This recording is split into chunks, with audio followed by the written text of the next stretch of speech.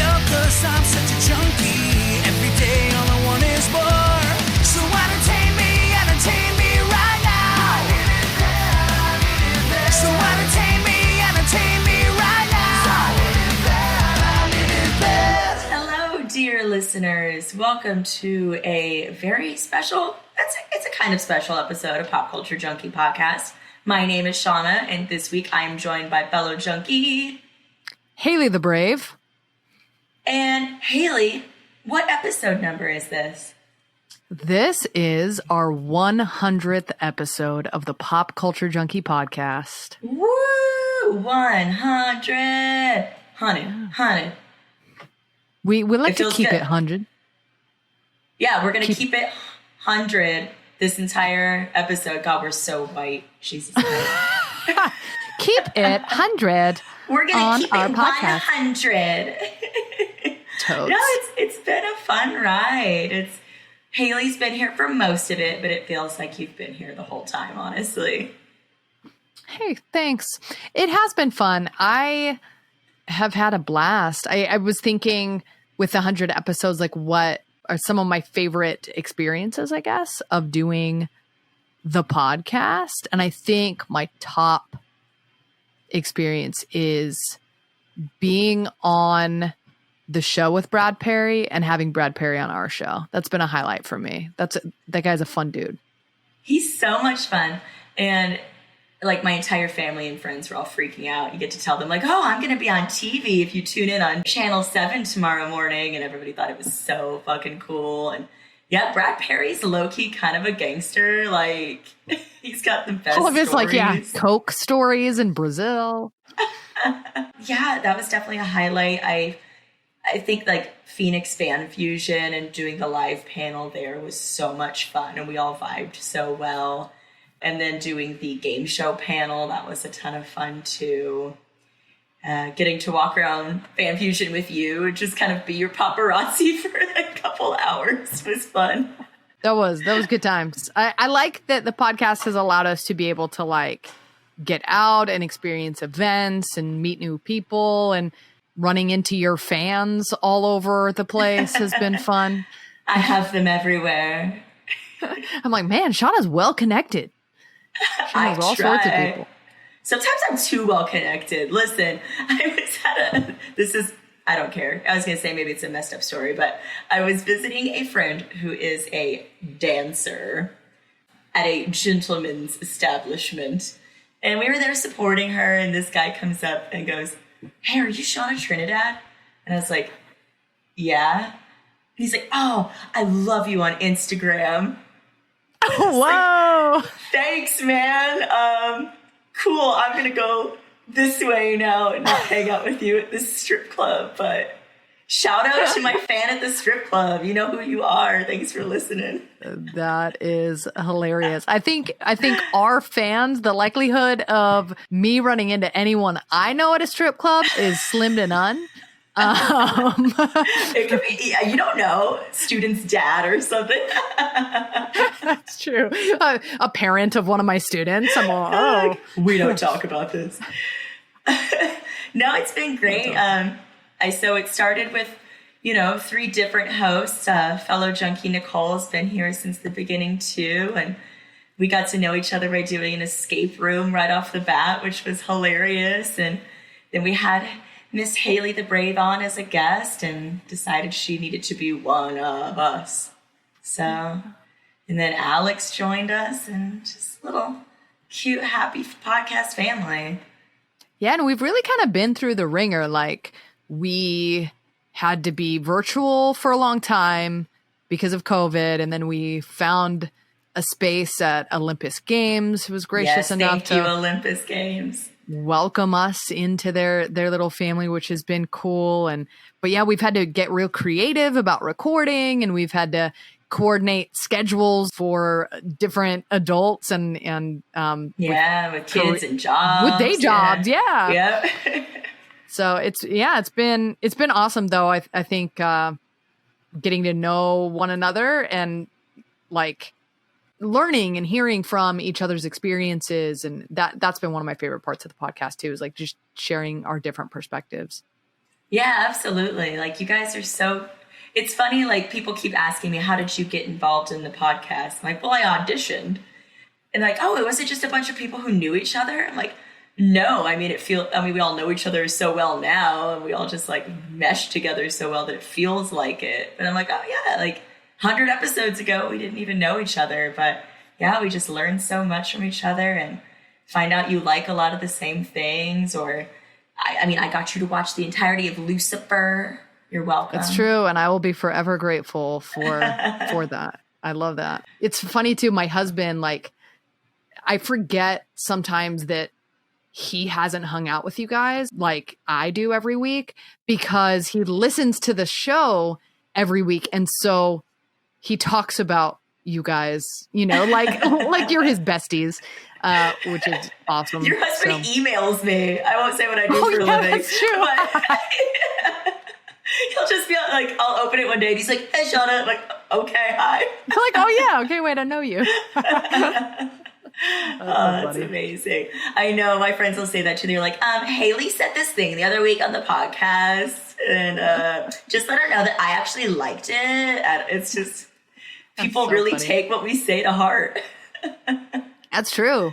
They get passionate. I love when we get feedback from our friends and just anybody listening. I love when whether they agree or disagree with us. I love when they get engaged in the Facebook group, even if they're just sharing memes. It feels like a little community that we built.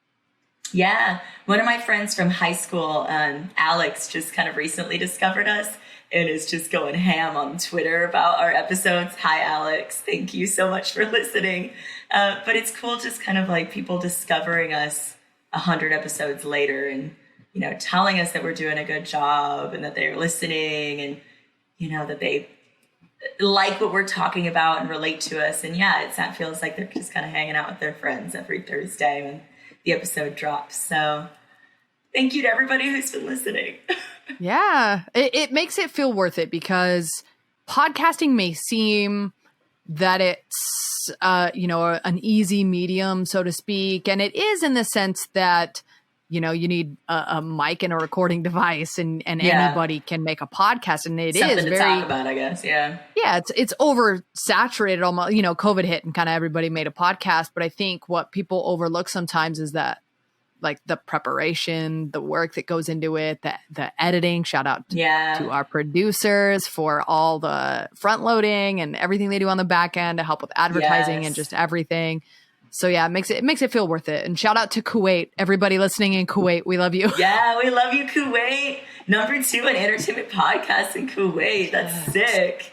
Dude, if we can make a girls trip to Kuwait, me and Hayley would be there tomorrow. Listen.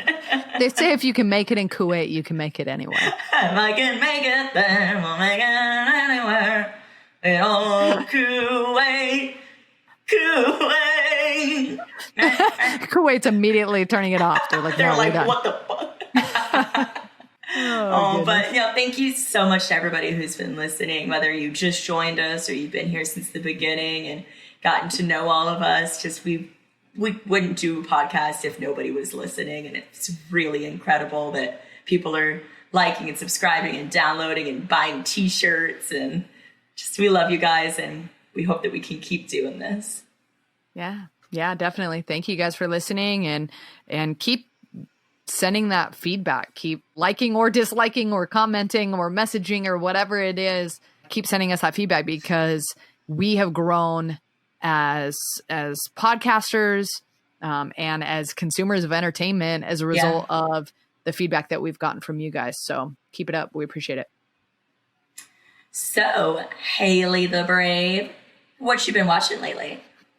So, as you well know, I allowed Stranger Things to consume my life. And so then I fell into like a show hole, like a post manic obsession depression. You were in like a dropper coma. Pretty much. Yeah. I mean, and it's still there. But I'm coming up for air a little bit. She's on the come down. Yeah. I've been trying to like get into some other stuff. So I've been watching Wellington Paranormal, which I think I've mentioned on the podcast before, but it's worth repeating. It is Jermaine Clement, and it is filmed completely in New Zealand. It is about the two cops who have a very short random scene in the original What We Do in the Shadows film.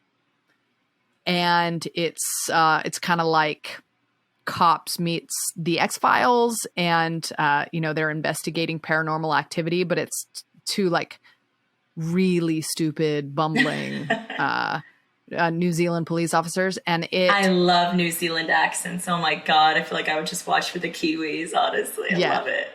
It is very enjoyable to listen to. And Mark Hamill actually recently tweeted out how much he loves it and how funny it is. And unfortunately, they are done filming it. It ended over in New Zealand, but I don't think we've seen the last of it here. I think there's still episodes coming out here. So you can watch it on the CW or the CW app.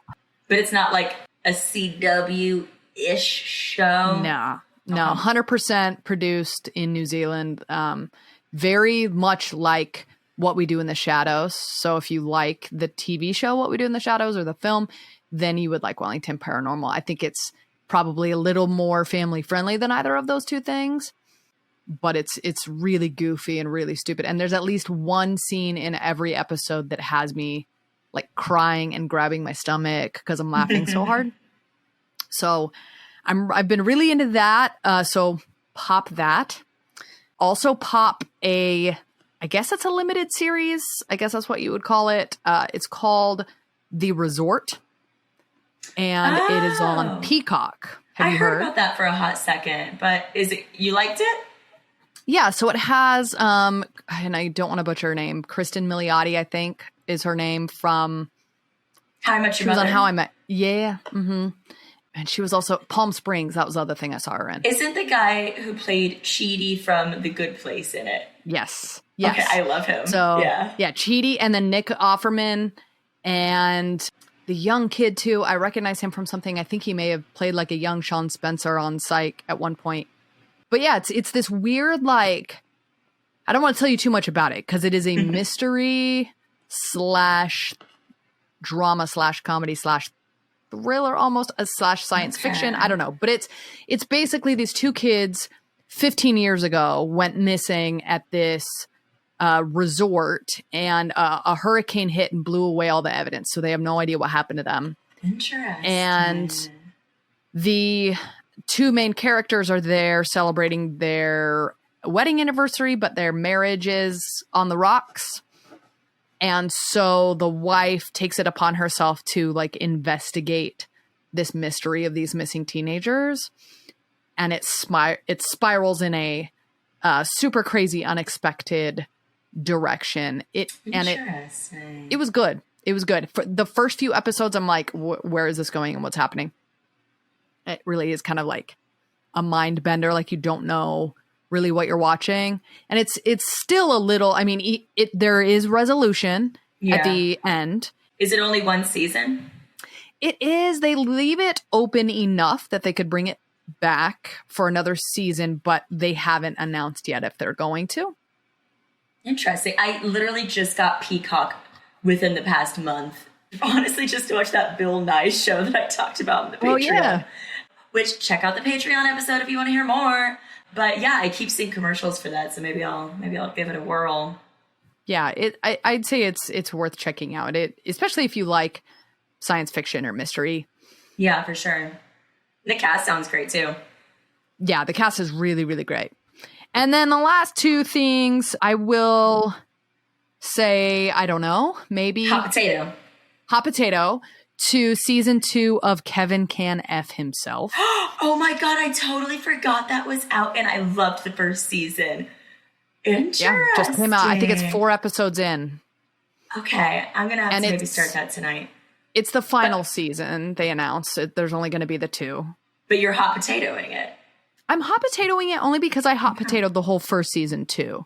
Like I overall don't totally know how I feel about it because to me it's one of those shows where almost every character annoys me. With like, I didn't mean to cut you off, but I take it back. The minute you said that, I was like, oh my God, I it. And now that I'm thinking back, I'm like, did I love it though? I enjoyed it. Yeah. But like, were any of the characters likable in the slightest? No. No, even Annie Murphy, the main character, who essentially you're supposed to be rooting for because her husband's so awful, but it's like she just gets progressively more awful herself. Yeah. And so it's hard to even root for her. And season 2 kicks off with a little bit of that revelation, like you're not a hero and you're also not really a victim. Like, and you're kind of planning murder. Yeah, like you're kind of a bad person. Spoiler, but I guess it's in the title. Yeah. So season 1 is kind of all about her trying to kill her husband, and her husband is awful. And so you're kind of like, well, that's not the right thing to do, but also we understand it. But then season 2, it has to veer in a slightly different direction. So I won't say what, but there's kind of a different plan that they're starting to make in season 2. Divorce. Just throwing that out there. Well, it was funny. It was funny because my husband brought that up. He's like, wait a second. Why can't she just leave him again? And I do remember.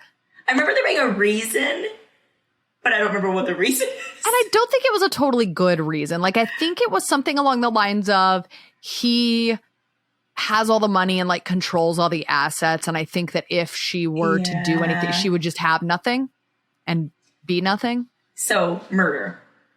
Right. So it's kind of like, well, you could just like move. Yeah.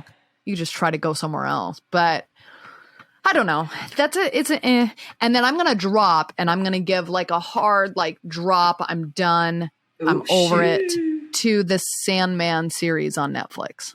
Really? Okay. I feel like a lot of people are gasping right now because everybody thought this was going to be so great, right? And I think some people really enjoyed it. I don't know enough about it to really have wanted to commit to watching it. But my friend who did said that it was kind of boring. Yeah. So what is your take? Really boring. There it is. Almost like ASMR, like the way Dream, the main character, talks. It's this very deep and very slow, which is fantastic, except I have fallen asleep every single episode. And I've had to wake up and go back and rewind it. And then I was really desperately trying to stick with it. And then I got to an episode, the last episode I watched, apparently in the comic, in the graphic novel, is this just really iconic moment. But it's basically, it all takes place in this diner. And everybody like cheats on the person that they're with, has sex in the middle of this diner, and then they all just like try to murder each other. And the whole point is that to be fair, Hayley, who amongst us? Who amongst us? And the weird thing about it, like I'm watching it and I'm like, okay, what does this have to do with anything in the plot? Because it really didn't have anything to do with it. And then at the very end, it's revealed that these people don't have dreams. They don't have anything to hope for. And if they don't have dreams, then they resort to their like base nature. Okay. Yeah. But I also kind of refuse to think that my base instincts are to just like bone in the kitchen of a diner and then try to kill somebody. Like, I don't think I feel like my Sims do that a lot. My Sims have like orgies in the public restaurants, and then they get into fights and there's death. But and maybe that was the inspiration for somebody just downloaded a lot of Sims 4 mods. That's what it felt. It felt like watching that. It felt like watching someone like, you watch video game walkthroughs and then suddenly it's just like off the wall and you're like, what's happening? What are these? That's exactly how it felt. And I turned it off and it was like, I'm done. I'm done. And the worst part though was after just watching the first episode, I had only watched the first one. One of my students was like, are you watching anything good, miss? Anything you could recommend? And I'm like, I don't know. I just checked out Sandman on Netflix, so you could give that a whirl. It seems kind of interesting. Oh, no. Right? I'm 6 episodes in, and there's like an orgy and like a lot of death. And now the kid comes back and he's like, my dad won't let me watch it because it's TVMA, so he's going to watch it first and then let me know. And the dad started watching it.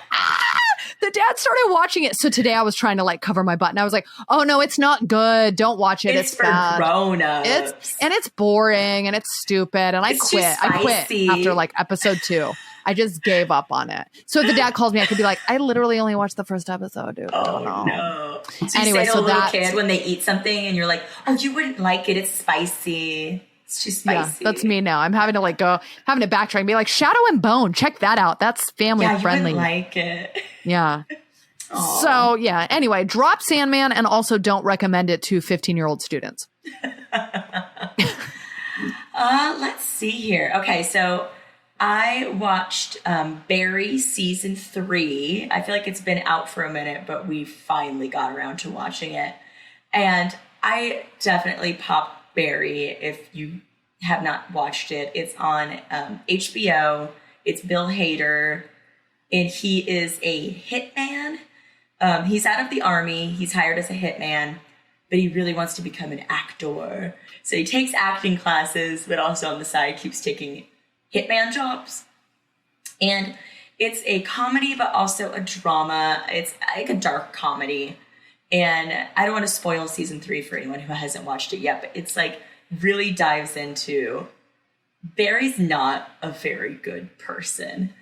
This is kind of in the vein of, you know, we had like Walter White and Dexter Morgan, even like in Mad Men, like kind of these anti-hero characters, but you still root for them. I mean, at least you root for Walter until the end, I guess. And you root for Barry because he's Bill Hader and he's our main character. But this season, it really dives into like, no, he's kind of a bad person. Mm. I mean, we know that because he kills people for a living. But there's a lot of like trauma going on there with his girlfriend. And it's really interesting. Each episode's only like 25 minutes long. So it's a really quick binge. I've heard this season like gets pretty dark. Like I saw someone that was like me trying to remind myself that Barry is a comedy when there's like no comedy to be found. It does get really dark. I guess slight spoiler, but his girlfriend, it's kind of said throughout the series, used to be in like an abusive relationship. And in this season, she's exploring that through producing her own television show. And it's about a woman who's coming out of an abusive relationship and like teaching her daughter about it and stuff. And then it's either episode 1 or episode 2, Barry screams at her within like inches of her face so violently and like pushes her up against a wall. And her teenage co-star witnesses it and is like completely traumatized the rest of the season. And it's like, I just witnessed a man abuse you. That was not okay. Like, you watch it as a viewer and you're like, oh my God, holy shit. Wow. Like, even watching him kill people, you're like, oh, that's just Barry. But when he, like, violently screams at his girlfriend, you're like, what the fuck, man? That's not okay. I feel like there's something, like, extra disturbing when you've got a really lovable actor playing someone like that, because Bill Hader is just this goofball, right? Like he's Stefan, you know what I mean? Exactly. So when you have to see him like that, it adds this whole other layer of like, ew, I'm creeped out. Yeah, and he's incredible in this series. He has such range. I mean, he's really disturbing in that scene, but then a couple episodes later, he's trying to plant a bomb and he has to call bomb tech support to like walk through why it's not going off. And it's just hilarious and deadpan. Have you tried resetting your bomb? Have you tried unplugging it and plugging it back in? So Pop Barry season 3. I started House of the Dragon. Oh man, I can't escape it. It's everywhere. Ooh, I know. So, okay. I loved Game of Thrones like 90% of nerds everywhere except for Hayley. Yeah, I'm the 10%. You're the 10%. But so I was also pissed about the ending of Game of Thrones. Like, it's just universally hated. It wasn't a good ending. Yeah, it was hated. It was one of those things that became such a cultural phenomenon. And then once it was over, it was just died. You know, like you don't hear people talking about it at the cooler anymore. Like it used to be Monday morning. Do you think it's because it ended so badly that yes, like, that's I think so. Okay. Like I don't know, there wasn't a whole bunch of like, oh my God, that was so great. That was so great. It just ended and everyone's like, oh, that sucked. Okay, well, let's watch something else now. Okay, so hang on. So as someone who didn't watch it, can you explain why the ending was so bad? So they build up this character, Daenerys Targaryen, throughout the entire series to really be the hero of the show. She's everybody's favorite character. People are naming their kids Daenerys, right? And one of her big goals is that her father was king at one point and he went mad. They call him the Mad King. And she says it's like in her blood, like the Targaryen blood is to kind of be bloodthirsty and violent and go mad. She doesn't want to do that. The entire series, she's like, she frees slaves throughout the series. She's trying to be a queen of the people. She's trying to take the throne, right? Second to the last episode, she fucking goes mad. Oh, geez. Rides a dragon and just slaughters this entire town of people. And like, oh my gosh. The people that you want to die, so like the Lannisters, you want them to die horrifically, right? You want Cersei to like choke like her kid did. She's just buried under some rubble from the dragon fire and just in the arms of her twin brother who she was sleeping with. Just okay. All right. And, so I know everything I need to know now and I don't need to watch the show. And like, so, oh my God, I'm just going to go into Game of Thrones right now. They have Jon Snow, right? And there's this whole theory about who his parents are. And fans knew it for years. We figured it out. We were right. It was confirmed as canon. And then it came to nothing. Like the creators like confirmed it. They're like, yeah, these are his parents. And like, it was supposed to be a big thing on the show. Like it was this season before the last season, like the finale kind of dropped it on us. And we were like, oh my God, we knew it. And then nothing ever came from it. So this sounds like it combines everything I hated about Multiverse of Madness with everything I hated about like the end of the Star Wars sequels.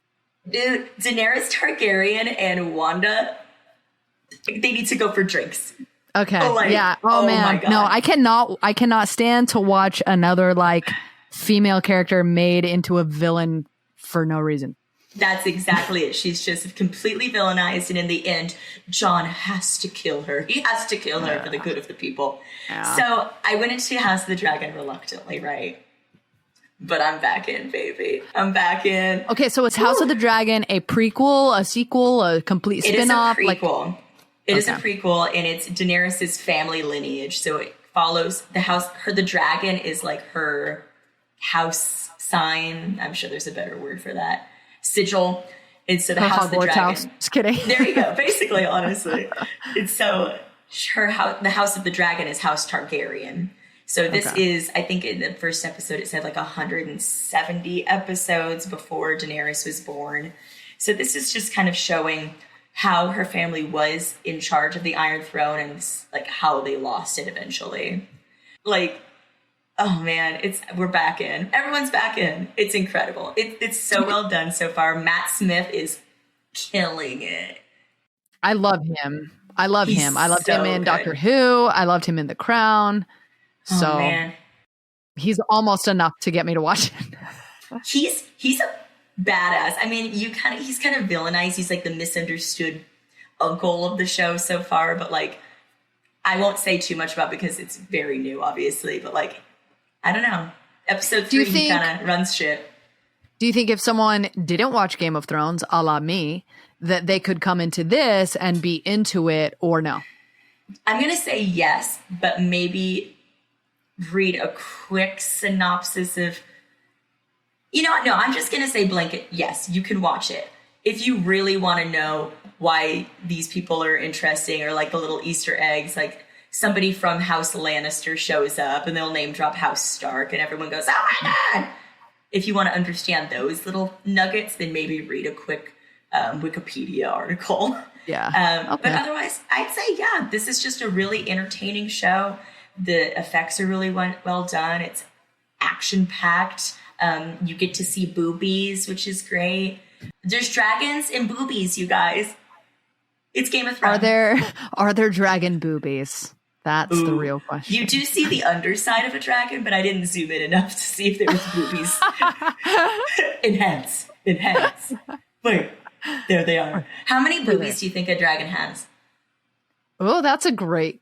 Are they like a cow? Like, do they have, or are they? Is there an udder? I mean, no. I'm gonna go with. I mean, it's got to be more than 2, though. Oh, do dragons even have nipples? Because they don't have milk. Yeah, how do they feed their young? You're a teacher, Hayley. I'm not a science teacher. Okay, dragons are not mammals. They lay eggs. Therefore, they do not have nipples. Dragons are mythical creatures. They're not real. Okay, our imaginary dragons have huge racks. Just huge boobs. And there's 6 of them.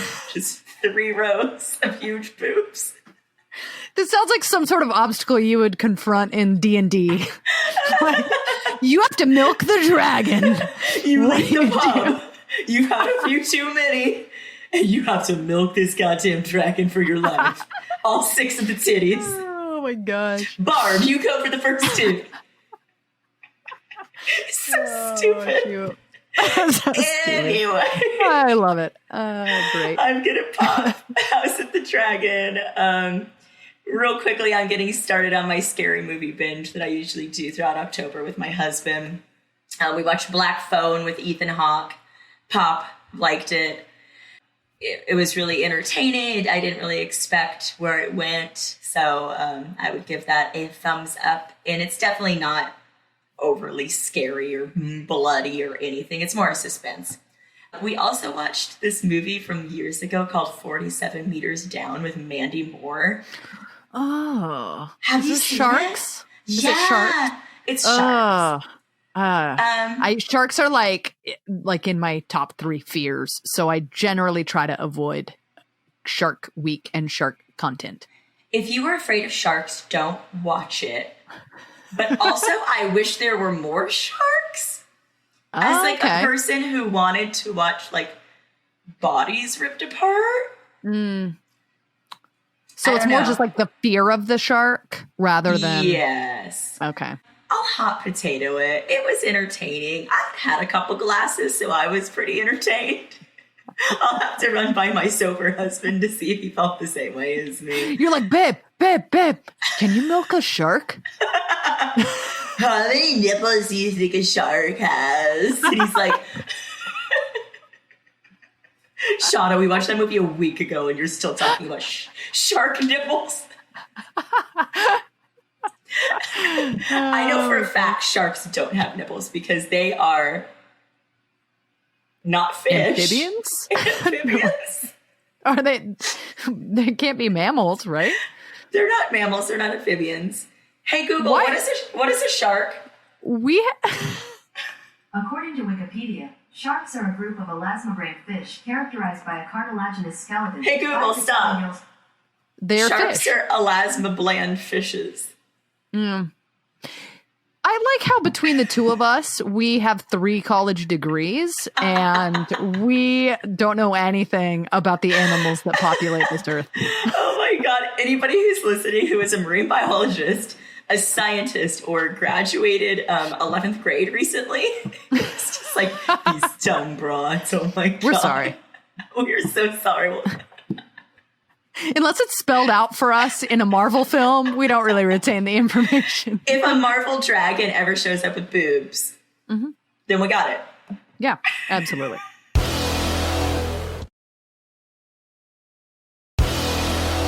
All right, so we would be remiss if we didn't at least talk about, some of the stuff that's been happening with these movie festivals and a lot of the drama surrounding them. And there's just a lot of tasty nuggets for discussion.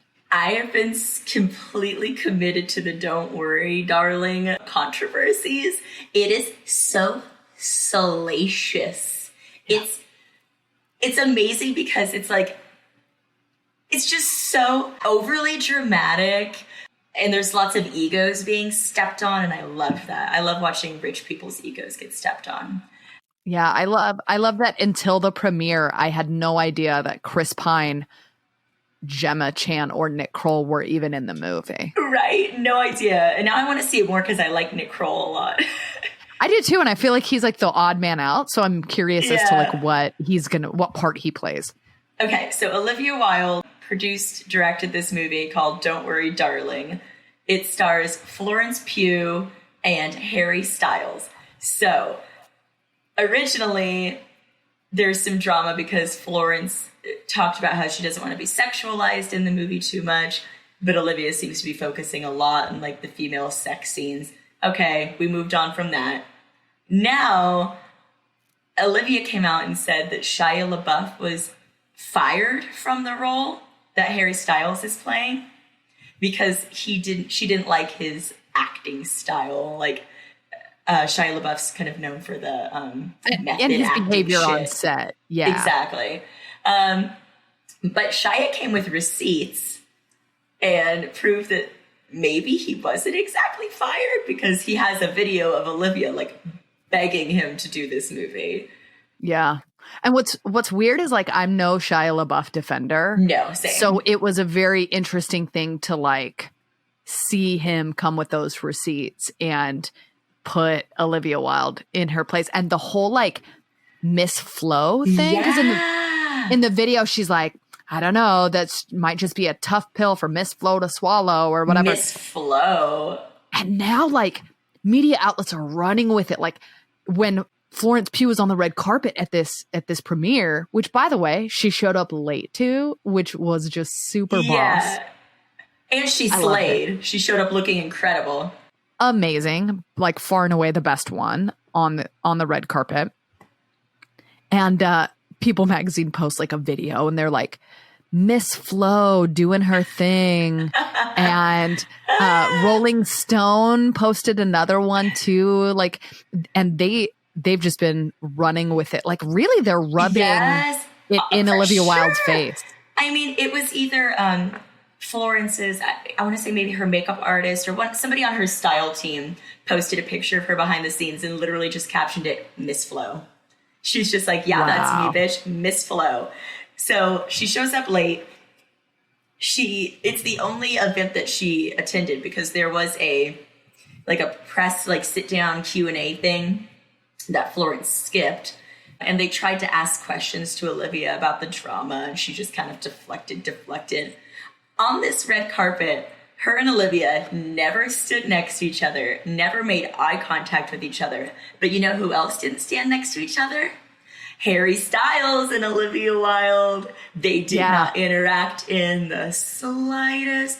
There has been all sorts of rumors that they have broken up, which is fascinating. There's no way they're still together. I mean, there's literally a video of like a photographer trying to like scooch them together, and Harry's like, "Hell no! Like, I don't want to stand next to her." Like, okay. And then they get into the premiere, and there's this video floating around, making the rounds that everyone's just losing their shit over, and it looks like Harry Styles spit in Chris Pine's lap. Oh, he 100% did. And I watched it in slow motion, and it absolutely spit in his lap. Maybe it was an inside joke because Chris Pine's reps came out and were like, these men have such respect for each other. There's no way this happened. Yes, he did. He spit on Chris Pine. It's kind of like the whole cast hates each other. There is this weird. I'm dying for. I wish we had VH1 behind the film. Because I'm dying for the tell-all. Oh my God. I'm dying for someday when they make a movie. Yes. Yeah, I want the NDAs to expire and something to just be, because you know, it is only a matter of time. Chris Pine, he seems like the most level-headed person in the room. Caught in the middle. And I feel bad for him. Oh no. He's literally just caught up in this. I watched that video of Harry Styles spitting 4 times because I was so shocked. But then I also watched this video where Harry is describing the movie and Chris Pine's just sitting in the background like, this guy, what an idiot this guy is. Because he says, the thing about this movie that's really great is, like, it's a movie. So this movie is, like, it's just a movie, you know? It's, like, really a movie. And Chris Pine is like, hello, darkness, my old friend. 100%. He's sad Affleck. He's just sitting there like, oh, my God, why am I doing this? Apparently, the reviews for this movie are very mid. But everyone's saying that, you know, Florence Pugh kills it because, of course, she does, because she's an amazing actor. But, like, I really want to see it now. Yeah, I have to share my favorite review is the one from IndieWire. They gave it a C-. Oh, God.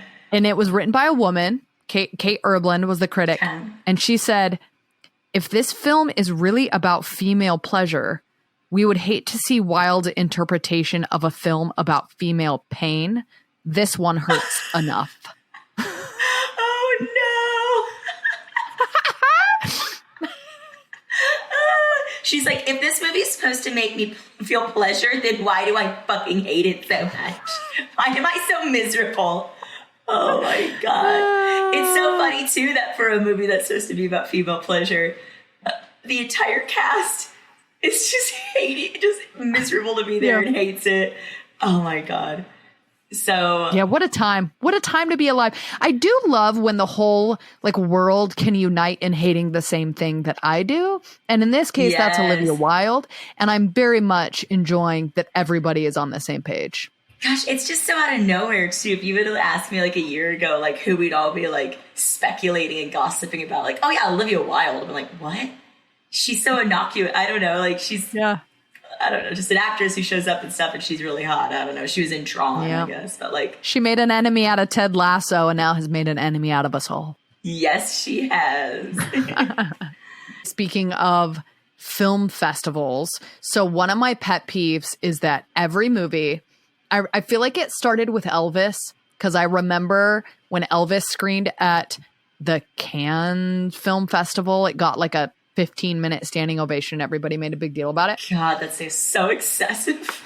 It's so excessive, right? But now it happened with the Brendan Fraser movie, The Whale. And everyone was like, oh, yay, good. Yes, Brendan Fraser's amazing. But then the very next night, it happened with Don't Worry, Darling. And it's been critically panned. So I'm like, you guys, if every movie gets a standing ovation, then no movie is getting a standing ovation. It's become pointless. I want Pop Culture Junkie to get a standing ovation. Where can we... That being said, if you guys want to stand up for 15 minutes while you're listening to this episode, we appreciate it. We will be okay with it.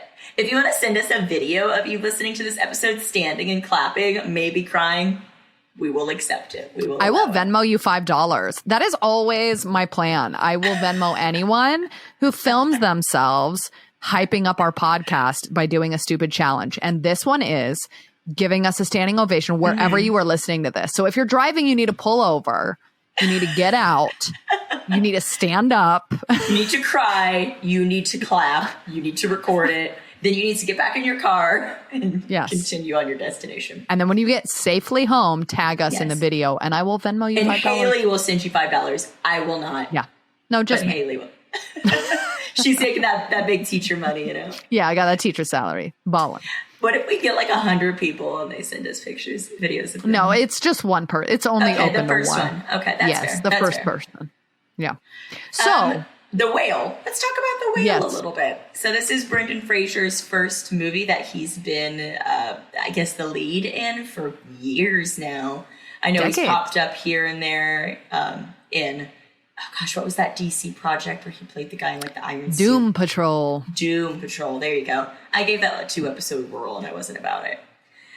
But in this episode, he plays a man who weighs 600 pounds, becomes a social recluse and is trying to reconnect with his teenage daughter, who is played by Sadie Sink from Stranger Things. So I'm interested to see this movie. I know there's a lot of discussion, and rightfully so, around actors wearing fat suits, and really, if that's problematic, if it's something that should still be done in movies in 2022. I don't know if I have a strong enough opinion about that. I mean, the man weighs 600 pounds in the movie. So I don't know if there's going to be any actors who can realistically play a 600-pound immobile person. I think one of the things, at least, and again, I can't totally speak to this as someone who's just kind of average size. So I definitely don't want to speak for anybody else or try to like silence any voices or anything like that.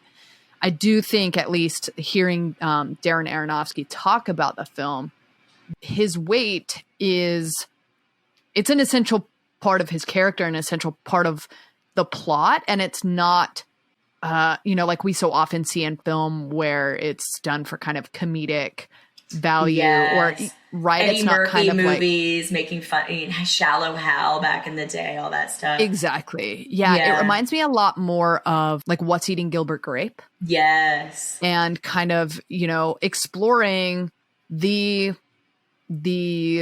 painful the social isolation you can feel like when you're experiencing that, I'm sure. And and it's so far it's got good reviews, so I'm sure it's not hopefully done in an exploitative way, and it's just kind of this man and who's created this kind of prison for himself, trying to reconnect with family. But Brendan Fraser has said that he feels like this character is the most heroic character that he's ever played. Aww. And I do think, despite not sharing the same physical body, I do think a lot of the, mental isolation and the pain and the anguish of even just existing. I think Brendan Fraser will and probably did bring a lot to that role because of his own experiences. So I'm excited to see it. Exactly. Like, it seems like something that he can relate to. Maybe this is on a more extreme scale, but I'm sure he's an incredible actor, and it's something that we've all known for years. And it's just nice to see him kind of have his Keanu renaissance, and get to see Brendan Fraser on the big and talking screen. About bodies, Brendan Fraser, I think. Sorry. Yeah. Oh, we'll get there. Don't worry. We'll get there. No, but I was going to say Brendan Fraser, it's nice to see him with his career the way that it is, obviously because he's such a nice human being and really just never deserved any of the bad things that happened to him. But also because it has to be somewhat satisfying or fulfilling to know that people are valuing you because of your talent and not just because you're like hot. Right? Honestly. It's nice for people to think you're hot. That's always cool to hear. But he's a talented actor. And you see in George of the Jungle, it's not like he got to spread his acting wings. He was just really hot, which was fine for the type of movie it was. But now we get to validate him. Like you said, it couldn't have happened to a nicer guy. Yeah. I'm here for the Fraser Renaissance. And bringing it back to bodies. Yes. So Megan twerk. I'm not going to try. I'm not going to try. Megan Thee Stallion was on a recent episode of She-Hulk, which, by the way, I am loving. I am loving it. The minute the episode ends, I get sad because I just want it to keep going and to watch more She-Hulk. So Megan Thee Stallion has a cameo. It's really cute. It's in the middle of the episode, and then she again comes back on the after credit scene, and it's her and She-Hulk twerking together. And I thought it was hilarious. I thought it was adorable.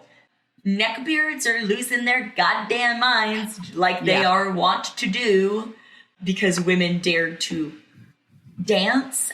I don't know. I do love that the whole, that episode was about the negative feedback that She-Hulk as a person has received. Like the comments that they said, they took those comments from like their actual social media pages. I've heard men in my life say stuff like that. Why do they have to make another girl character? Don't we have enough female characters? Can't they find their own stuff? Oh, I guess it's the MCU now. I think I read that only out of all of the tons of Marvel properties and movies and TV shows we have right now in the MCU, 6 have been led by a woman. 6. And people are losing their minds over that. Like, even though we're 50% of the society. Well, and at no point did Thor Ragnarok come out and someone say, Really? Another male-led Marvel film? Another white guy? Oh, I'm so sick of that. At no point did anybody complain about men dominating the Infinity Saga. And women, when they were given a spotlight in Endgame, when they had their moment. It was ham-fisted and not natural in the slightest. Yeah. Mm-hmm.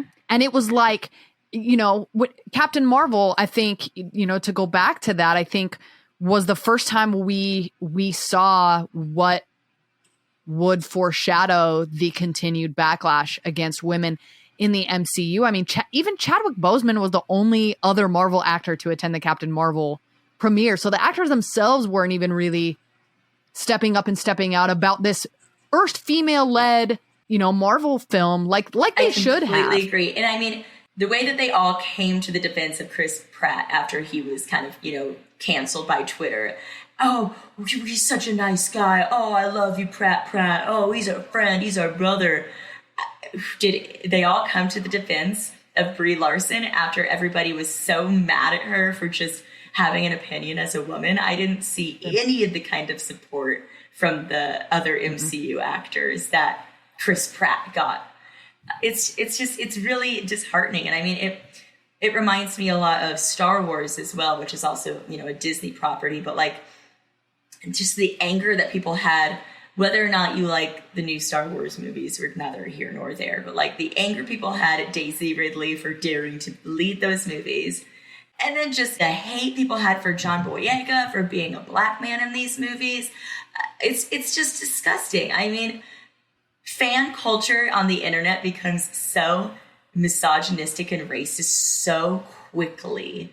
Yeah. And what's brutal to me is that when people will criticize and then say, well, I'm not allowed to not like it because, it's female led, that automatically makes me a misogynist. It's like, no, dude, you are allowed to not like it, but all of your takes are garbage misogynistic takes. Like the reasons you don't like it, because don't tell me you don't like She-Hulk because she breaks the fourth wall, because if that's the case, then you better not like Deadpool either. Exactly. Don't tell me you don't like it because she's dancing and that's cringe, because then you better not like Star-Lord, and you better not like Ant-Man, and you better not like all these other characters who have done the exact same dance stuff. And smile and have fun.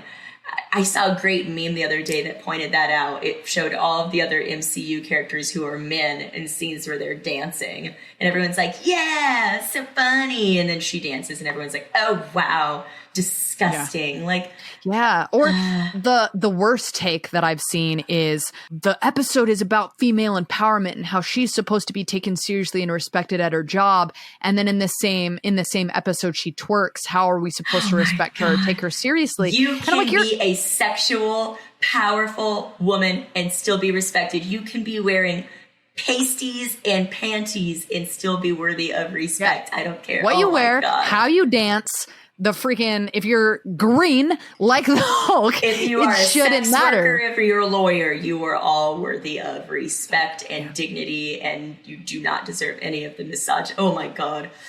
Yeah. That is the thing that I have had to like hold myself back in so many comment sections where I'm just like, they don't hear themselves. They don't see that what they're saying is inherently misogynistic. And to Kevin Feige's credit, I think Star Wars, they veered away from what they originally set out to do with Rey and Finn. And had they stuck to it, not only would it have been a better story, but it would have done more justice to those characters. And I think to Kevin Feige's credit, he is continuing to bring the female characters. He's not shying away from the series and the films. And like, hate to say it, guys, the Marvels is going to come out whether you like it or not. And it's going to be 3 women, not 1. Honestly. And you're going to have to deal with it. So 3 women. Ooh, and 2 of them are women of color. Get ready to grasp your pearls, comment section. Yeah. I am so excited for where Marvel is going with women. And I'm really excited that, they aren't just an accessory to show up and help Spider-Man. She's not alone. Okay, cute. They actually have plot lines and they date and they make mistakes. I'm really excited to see. I think She-Hulk too, I relate to a lot so far just because she's like our same age.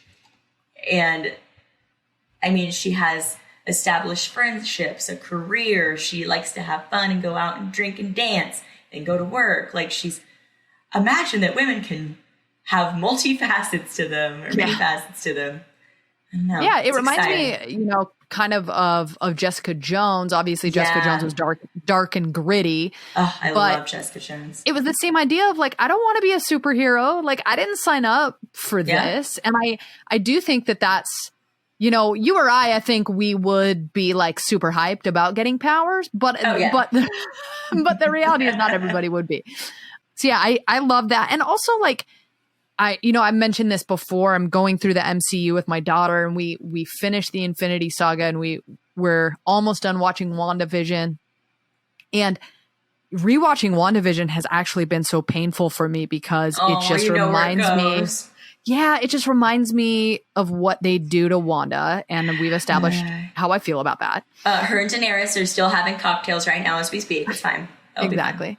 But it's also like, I watch my daughter and she is like, oh, I can't wait to watch Miss Marvel. I can't wait to watch She-Hulk. Like, because that's cute. Black Widow is like her favorite, her icon. And she always said, why is there no Black Widow movie? Like, how come? Yeah. And then when it came out, she was just like, oh, finally. And if she at 8 years old can tell that there is an imbalance in the power structure, like that tells you everything you need to know. Exactly. And finally gets to see something that kind of represents her on screen and that she can really be like, oh, I can dress up like that, or I feel like I can relate to that in some way. That's beautiful. And I think so many men, especially white men, take that for granted that there are so many characters. They don't get like, well, what's the big deal of seeing somebody who looks like you or you can relate to on screen? It's a huge deal. It's a huge deal for people. And I can understand why maybe you don't see that because you have your Captain America and your Thor and your Ant-Man and your Iron Man. And I do love that they're bringing in more young characters. Like we're getting Miss Marvel and we're getting Kate Bishop. And you think we're going to have a Young Avengers? I don't know if they're setting that up. I would love it though, because again, you want to look at kids, like kids are the ones who really need these figures to look up to and to know, hey, they make mistakes like me. And they're also still powerful like me, and their powers aren't really their superpowers, but it's their friends and their family. And like, those are stories that need to be told. So exactly. And they're fighting for justice. At the end of the day, these stories are fantastical and things that are never going to happen in real life, but the themes behind them are things that, even kids can relate to. Social injustice. The fight for equality, just environmental changes. It's things like kids need to hear and learn, and if you do it in a way that's entertaining to them and they can really relate to, then it's beautiful. Amen. Mwah. Mwah. I'm glad for episode 100 we could do a deep dive into our Marvel thoughts. It was overdue. I know. We haven't chatted like this in a while. This is fun. Yeah, thank you again to everybody who's been listening to our little podcast and keeping us going for the last 100 episodes. Please keep listening for the next 100, and we'll keep giving you the goods. You want to... Keep giving us feedback, everybody, unless they're garbage Marvel takes, in which case. If it's anything misogynistic, we're not going to listen to it. We're probably going to put you on blast on Twitter. Hard pass. Bye.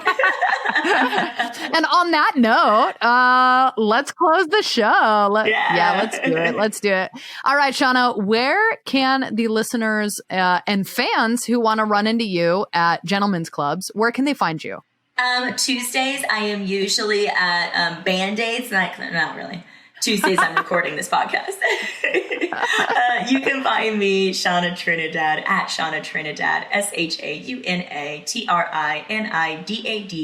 on Instagram, Twitter, and TikTok. Awesome. And you can find me, as always, Hayley the Brave, on Instagram at 30 Nerdy Thriving. You can find all of our links at our website, popculturejunkie.com. And be sure to join the Pop Culture Junkie support group on Facebook. And in case you haven't heard, we have a Patreon. The link is on our website. Shout out to our Patreon supporter, Callie. And if you want a shout out on our show, please go support us on Patreon and help us get to episode 200 with the support of listeners like you. As always, it's been real.